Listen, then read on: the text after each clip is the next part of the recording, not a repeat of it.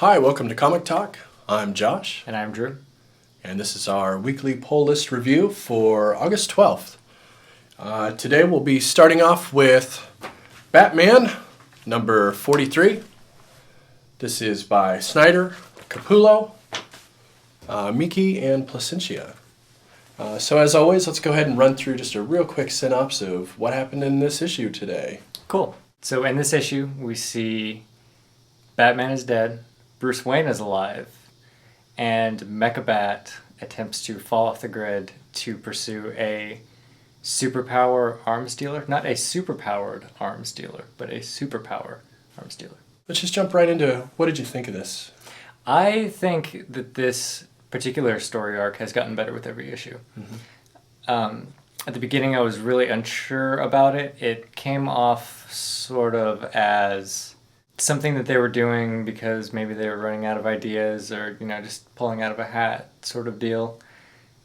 The farther I get into it, it seems like they had a very clear purpose for writing this. They had an intention, like there were things that had not been done before in a Batman book that they really wanted to do. And I think it's really coming together greatly.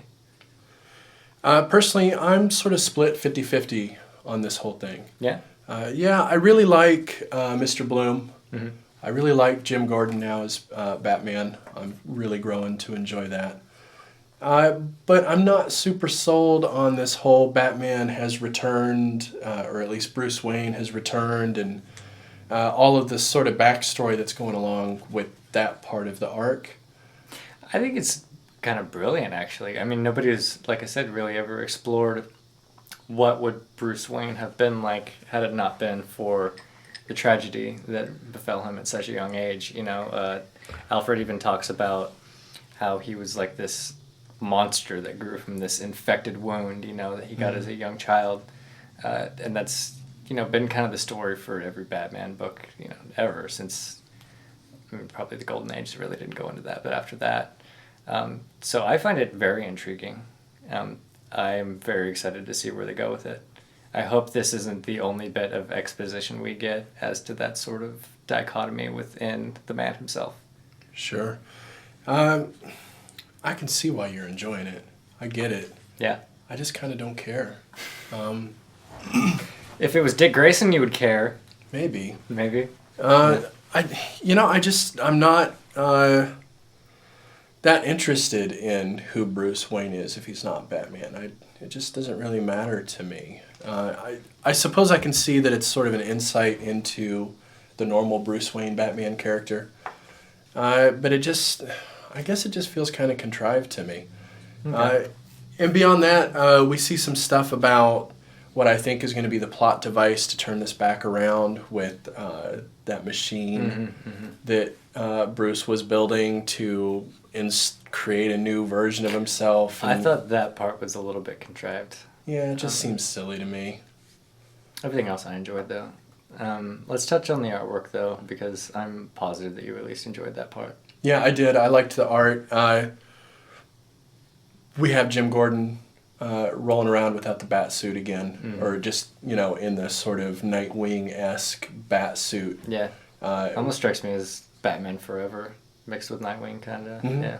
Yeah, definitely, which I think is really cool. I like this sort of Jim Gordon Batman thing. The more we see it, the more I like it. And I like the way it's portrayed on paper when he's not in that mecha suit. The mecha suit I'm still just not digging. I don't buy it. I don't like the way it looks. It's just kind of silly, but seeing him rolling around just as Batman was pretty cool.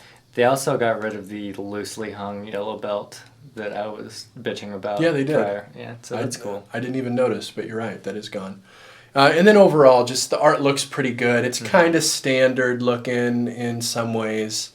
This isn't Weird World or something like that, or Airboy or one of these other more interesting titles artistically. But again, I would say the colorist takes it to a level approaching them. Again, it's not super avant-garde, but it just comes off so pretty. Yeah, it does. You can't not like it. Yeah, especially I think nice.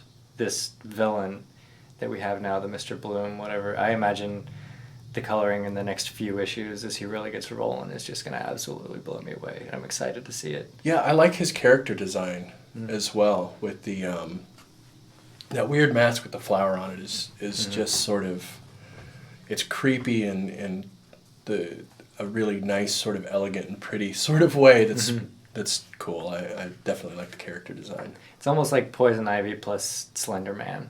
Yeah. All right, well then let's talk about what I guess could be the sister title to this Batman. That's fair. That's Catwoman. This is by Valentine Messina and Lou Ridge.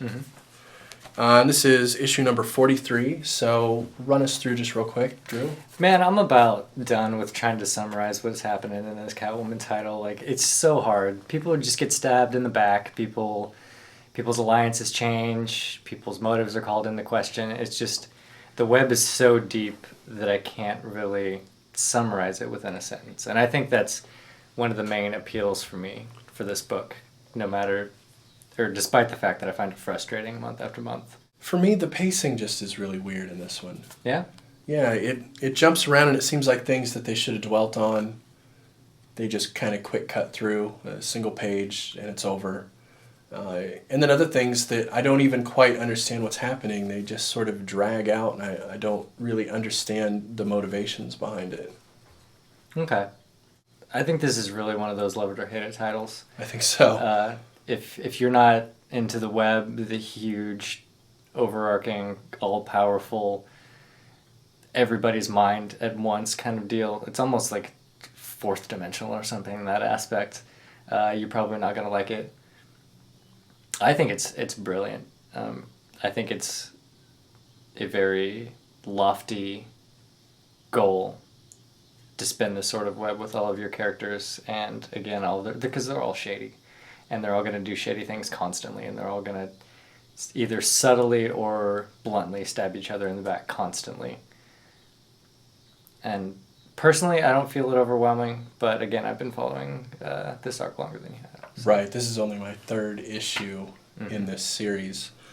And I'm still just not invested in these characters enough to care about who's stabbing who or what sort of machinations are happening. It just leaves me flat every issue. And it's not that it's a bad book. Like, the art is pretty good, not incredible, but it's definitely worth looking at. And the writing is well above average writing. It's well constructed, the way the story moves, aside from the pacing issues I have with it. But I think that's an artistic choice that they're using here.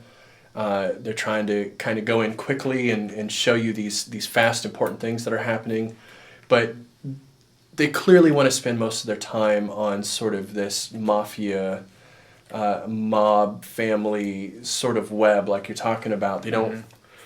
They sort of jump right past sort of any action sequence that happens, or even these major sort of what would feel like a major beat in most other books. It just sort of shows it and goes, right? And that's all you get. And being that I haven't read this whole series, I feel like I need more of that just to get what's happening or what the relevance is. It just assumes that I know the relevance, and I don't. I do think she could benefit from the little Mark Waid first page. This is what's going on. Because usually, I mean, even, again, as somebody who has been reading since she took over the title, the first few pages I have to kind of think back and think, okay, well, what happened last time? And what is this secret, that they keep talking about on every page and stuff like that. But I think this is maybe one of those titles that I would recommend just getting a big stack of and reading them all at once. I don't really feel like it's necessarily one that's best suited for month to month. Yeah, this might be It's not Deadpool. This might be good waiting for trades. It might actually be better in that format. At least, my opinion is kind of that possibly. It might be better like that. I still want the issues because I'm a nerd, but yeah. So speaking of, we touched briefly on the art. What'd you think? Because I know that was a big criticism of yours at 41. I'm still just not buying it. It's okay. I think it's gotten better. I was a bit critical of the oversimplicity of it at first. And they're starting to add more detail and giving people more of a characteristic face. I can definitely see the artist moving in a direction from the beginning. What that direction is, I don't know if I can quite verbalize, but I think it's getting better with every issue. Maybe it's changing. I don't know if I think it's any better or worse than it's been before. Fair. Again, love it or hate it title. All right, well, let's move over to a Marvel title. This is Starlord and Kitty Pryde. This is one of the Secret Wars, Battle World, Marvel extravaganza thing that's going on. This is by Humphreys, Fermancia, and Colleen. So in this issue, Kitty Pryde gets some much-needed exposition, this version of Kitty Pryde, and they continue to hunt for anomalies that may or may not tear the Doomverse apart. Yeah, we definitely have a lot of exposition in here. This is mostly just Kitty Pryde telling us through telling Starlord, I suppose, what her past is. Overall, I guess I liked this. I enjoyed reading it, but it did feel pretty cliche. Yeah. You know, nothing happened in here that I didn't expect to happen. All the beats through the pages were where you would expect them to be. It's just not that inspired of a work, I suppose. I could see that. I think it's almost sort of a necessary issue for people that are and aren't familiar with Marvel to establish this character who's, clearly the centerpiece of the story. Overall, it didn't make me laugh as much as the first one. I didn't find it quite as interesting as the first one, but I feel like it's sort of one of those things that you get out there and then you move on and then everything else is great. So I'd definitely be interested in seeing the next one, but if I were to tell somebody about this story arc, this would not be the issue that I gave to them. Yeah, I agree. It seems like a good setup, but we said the same thing about the first issue. That's true. So now we're 2 issues in, and we're still saying that this feels like a good setup for a caper, and we've only got 1 or 2 issues left. We'll see what they do. we will. The next couple issues could be really great. I definitely want to keep reading it. I'm not saying, we should just get rid of this crap. But it's definitely a slow burner. Yeah, it is. It's almost like a reburner. Like they burn the candle and then put it out, and then the wax settles, and they burn that shit again. Right. Yeah. So what did you think of the art? It's pretty standard Marvel. It's kind of the same thing I had to say about it last time. It's sort of standard Marvel, but with just a little more playfulness to it. Which I think really fits the title. It does. I think if they tried to do anything too abstract, it would just come off as weird and almost like contrived in that way. Like they're trying to make it something into something that it's not. Yeah, agreed. It's a fun read, but it's nothing to write home about. All right, then. Well, let's jump back over to DC real quick, and let's talk about New Suicide Squad, number 11.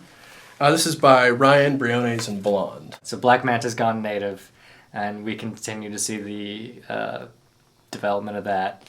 Meanwhile, they want to attack this chemical company that the U.S. government obviously doesn't want them to because it's a British company. So the half of the team that's been sitting back and waiting for Deadshot and all of them to sort of take care of business is now stepping in and saying, we need to get you guys the hell out of here without compromising the mission. So I liked this issue, I think, a little bit more than the last one. Yeah. I'm still not loving it. I thought it moved way too fast. There are way too many pages with just pictures on them. Like, just fucking try. Yeah, I think I read this issue in about 6 minutes. It just flew right through it. In fact, my one note that I have here about the writing is quick read, decompression, trade fodder. Yeah. Right? I think this is going to be cool in trade. And I think it's worth reading just because of that. Once we get to the end, I think we'll probably be happy that we're reading it. But this issue itself, I sure as hell wouldn't start with this. If you're a reader out there going, hey, should I start, Suicide Squad? Not here, you shouldn't. Because nothing happens in this one. No, not really. Not really. It's more small bits of development and large bits of explosion, which isn't atypical of Suicide Squad, but still. I wish I hope at some point they slow it down a little bit and let us explore some of these characters a little bit more. I think really Black Manta has taken most of the writing prowess. He's the one that's really a round character. If I had to pick one round character of the issue, it would be Black Manta. Everybody else seems a little bit static at this point, and I'd like to see them kind of bring that out, especially with such a motley crew of villains. You know, I mean, all the people on the Suicide Squad are fucked up.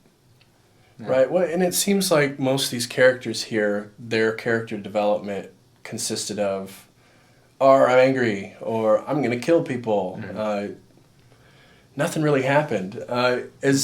As much as this is a quick issue and a lot of stuff happens, nothing really happens. You know, we get some plot development, but we get nothing with the characters. They're just, they just went and did a thing. Yeah. I think maybe he's relying a little bit too much on assumed backstory knowledge.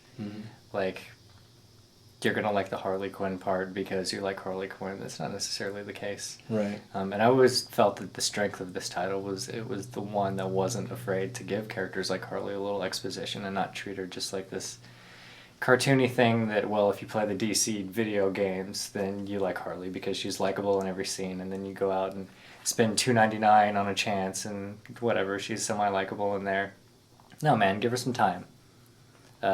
She's crazy by design. Let it play out. Yeah. That being said, I actually kind of like the art here. Yeah, there was one panel in there where there was an explosion. Imagine that. And everything was slightly blurry. And for some reason, I just absolutely loved it. Yeah, this is definitely digital art. It's very clearly all done, in a digital realm. And for some of the characters and some of the stuff in here, it doesn't work very well. But seeing that Black Manta is kind of what this is all revolving around, he works great in this format. He does. Because he's kind of slick and shiny, and he's got that cool, is it opaque, the Cyclops beam thing that he has. It just looks really great with this digital art that they're doing, That's something you can't really do with pencils and ink, but on a computer where you can just use the opacity slider, it just makes it look really cool. It really pops. With his shiny helmet, you can see the reflections in it. He looks cool, and I dig that a lot. So what characters do you feel like would be better served by a more old-style medium? Definitely, the big purple guy, Parasite. Yeah. He looks kind of odd with this digital look to him. Deadshot, I've always felt, is a very sort of grimy, dirty character, and he looks a little kind of clean. Yeah. I'm not sure, because the New 52 Flash Volume 4 is the first time we see Reverse Flash in this incarnation, and I can't remember if that artwork struck me as overly digital, but I felt he was drawn a little bit better in that. There are some panels in that trade, he just looks like mean as fuck, just like this monster of running backwards. He doesn't actually run backwards, but... Yeah, he does kind of look silly in this. He looks a little bit silly. Yeah. I felt like that was the case on a lot of this, but again, Black Manta looks awesome, and that redeems it for me because I think he's a cool character, and he looks neat in this. And he's written cool in here, so... It helps that he's your favorite character, and he's the one. Right. That it really works well for. Exactly. Yeah. So let's jump to something, we were just talking about clean digital art. So let's jump to our last book that is as far on the other end of that spectrum as possible. This is Descender number 6. And this is Lemire and Wynn. In this, we get some much-needed history of Dr. Khan? Yeah, sure. And the history of modern robotics as it is known in this comic universe. Yeah, this one has now sold me on this series. Story-wise, I thought it was fantastic. Yeah, I love this sort of sci-fi with where they're mixing like ancient history with robotics and future tech, and it's all sort of mixed and jumbled up. I always love that kind of thing, and now we're diving headfirst into that sort of thing here, so I am hooked and sold on this. I thought it was a great issue. the amount of plot twists, too, in this one issue is impressive. Mm-hmm. Which, given if this is the first one you read, you're not going to really catch on to that. And we've only read one more before this, but even so, there was multiple mind-blowing moments. I was just like, whoa, wow, okay, that's a lot deeper than I expected it to be. Mm-hmm. Yeah, and we just had a lot of cool stuff. We had some new characters that show up by the end of this, and I'm just in now with the story. Mm-hmm. But the art I'm still not sold on. I have to completely disagree. I think it's pretty. I'm not saying it's not pretty. I think it's gorgeous art. I think this would be great art in a different book. I don't necessarily think so. I think it almost gives me the vibe of some of those older, like, low-budget sci-fi films that tend to be kind of washed out and a little bit splotchy and blurry just because of old 1970s cameras and effects and such. So I think the watercolor is a unique approach to getting that same sort of look, but in the comic medium rather than film medium. Sure. I hadn't looked at it from that perspective, and maybe that will help sort of change my opinion on it when we come back in here next month. But for now, I just feel like... You imagine, like, the desert scenes in, like, the Star Wars movies. Yeah. It's a perfect example. Yeah, I can see what you're getting at there. But for me, it's so sort of abstract in the art, in the amount of detail that's in it. It's so sort of pulled back and away from you. Mm-hmm. But the story feels so immediate. The storytelling is very sort of close in on the characters. It's very character driven. And so to have this very tightly character-focused story, but then the art of those characters be very pulled back and sort of loose and dreamy kind of. And dreamy. Dreamy's a great word for it. This is very dreamy art. It just, for me, it feels incongruent. I could say that. I never thought of that. Yeah, and it's. I hate to be negative about it because both sides of it are really cool. The art looks really neat. And the writing is really cool. And I like both, but I don't like them together so much. They're within a couple pages of each other, but not on the same page. Right. Yeah. And so, overall, I really like the book, though. I'm still going to keep wanting to read it. Yeah, absolutely. Each month it'll probably be, or each time it comes through that week, it's probably going to end up at the top of my list of what I liked if it stays at this caliber. It's just weird for me. It just, it's not quite clicking together yet.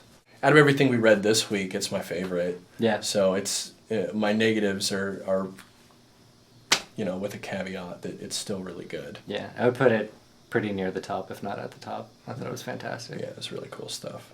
And I don't want to talk about it that much because I don't want to spoil the story in here because it's actually pretty interesting. Yeah. And it's sort of the kind of thing, there's so many twists in here that talking about it very much is going to spoil it. Exactly. Yeah. Thanks for tuning in with us. We will be back Monday, right, with Witches. It's a new trade by Scott Snyder and Jacques. Next Wednesday, we'll be back for another pull list review, just like this one. And other than that, all the usual stuff. Go ahead and click on all the buttons down there. Subscribe to us so you know when we get something new. We got our Facebook link down there. We got both of our Twitter pages. We always put up links there as well, so you can follow us that way. And comment below on anything you think we should read. We'd love to get some comments about what you guys would like us to review. So if you can do that, that would be fantastic. Escalator.